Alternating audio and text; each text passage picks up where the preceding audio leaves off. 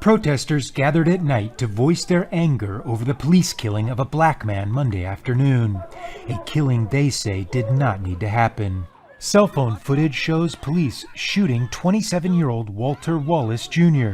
Police say Wallace was wielding a knife. Wallace's mother says her son had mental health issues and needed help, and begged the police not to shoot him. The shooting comes in a year that's already seen mass protests against systemic racism and police brutality across the country. Anger, frustration, but also determination. Three words that come to mind as for the second straight night, protesters are on the streets calling for justice. Earlier in the evening, another protest outside the police station near where the shooting took place.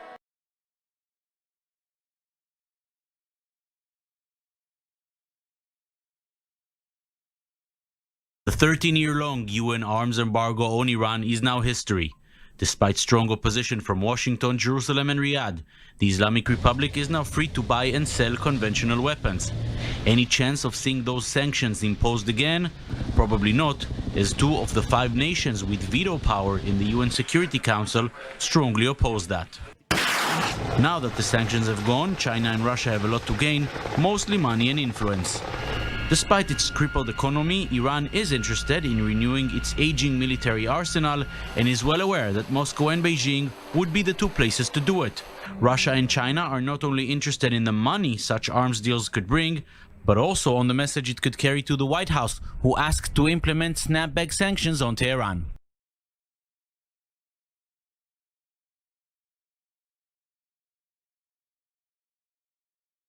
At least 26 fishermen have been reported missing and 2 dead after Typhoon Molave makes its landfall in Vietnam's central coastline.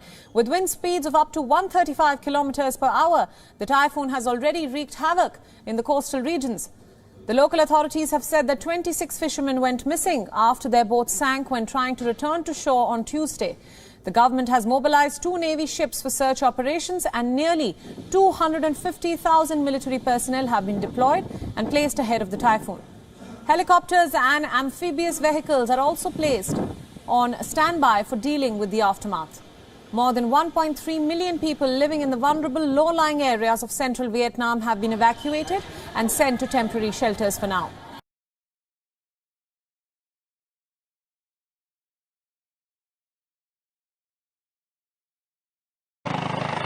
Hospitals in France are reaching saturation point.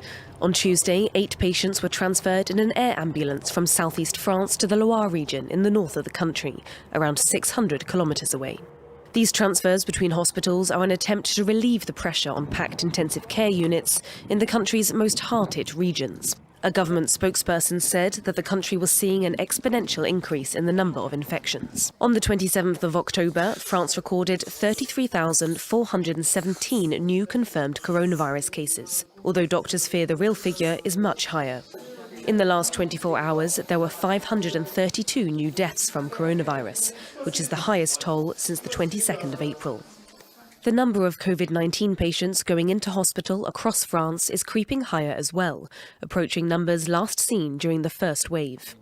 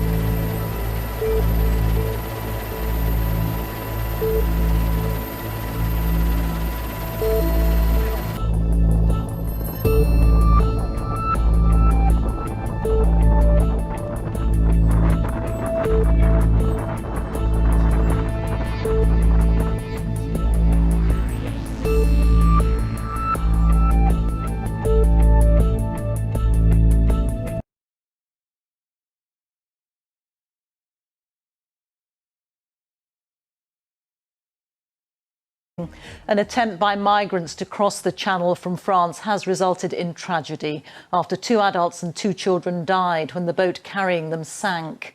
French officials say that 15 others have been taken to hospital. Boris Johnson said his thoughts were with the victims' families, and he vowed to crack down on the criminal networks behind such perilous journeys. A large search and rescue operation began earlier after the vessel was seen in difficulty near Dunkirk. More than 7,400 migrants have reached the UK in small boats this year. That's a significant rise from 2019, when 1,825 successfully crossed.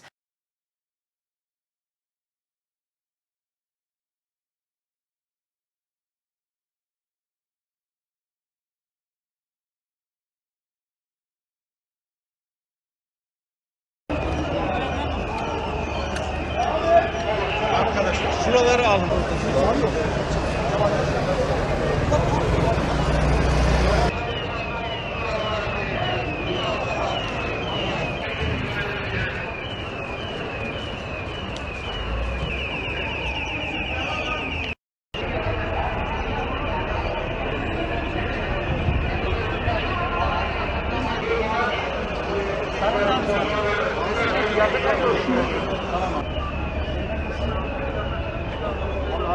Amir çatışıyor deyince hepimiz koştuk. Yavaşlar.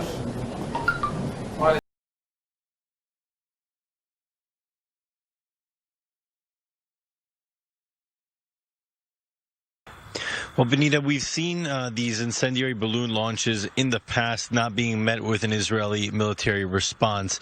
Now, in recent months, we saw this phenomenon really increasing in severity and frequency. We saw hundreds of fires in southern Israel. In the last 3 days, we have consistently been hearing the reports of explosions generally caused by those explosive-laden balloons, even today with reports of explosions near the Gazan city of Khan Yunis, but it is assumed that that was due to incendiary balloon launches. But even at the peak of this this threat emanating from Gaza, we didn't necessarily always see the IDF responding. It seems as though the Israeli defense establishment as a whole wants to tread carefully because they understand that the situation here, as has been proven time and time again, can really spiral out of control. And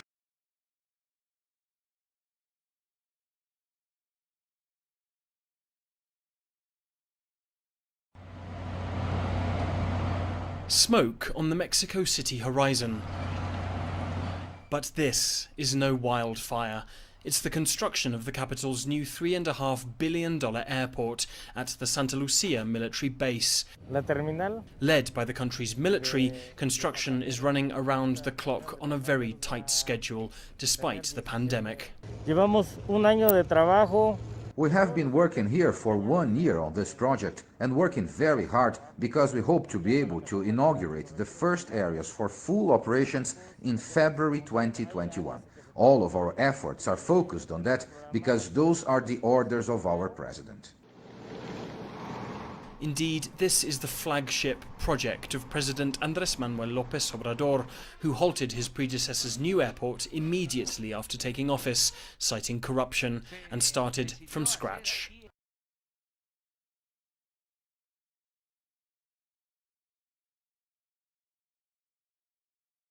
All-weather friends China and Pakistan are sparring over a railway project under the China-Pakistan Economic Corridor. Islamabad has turned to the G20 now for debt relief, as Beijing has refused to negotiate its interest rates. It has secured a $3.2 billion aid package from the group.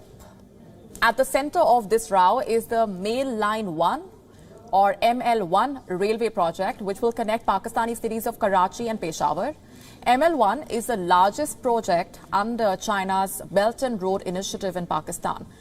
The Pakistani government even claimed that the railway line will create 150,000 jobs. However, the $6.8 billion worth project has run into trouble now, as China has refused to finance the project at the 1% interest rate demanded by Pakistan.